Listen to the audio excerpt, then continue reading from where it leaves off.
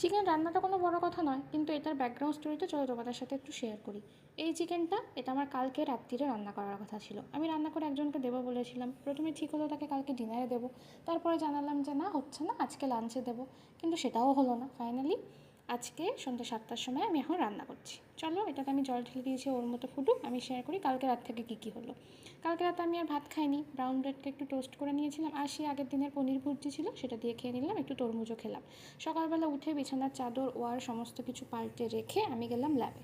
এই রুমটা তো আশা করি তোমরা এখন চিনেই গেছো সবাই। হ্যাঁ, এটা আমাদের সেল কালচার রুম। এখানে সন্ধ্যাবেলা একটা এক্সপেরিমেন্ট আছে, তাই জন্য সমস্ত কিছু রেডি করতে এসেছিলাম।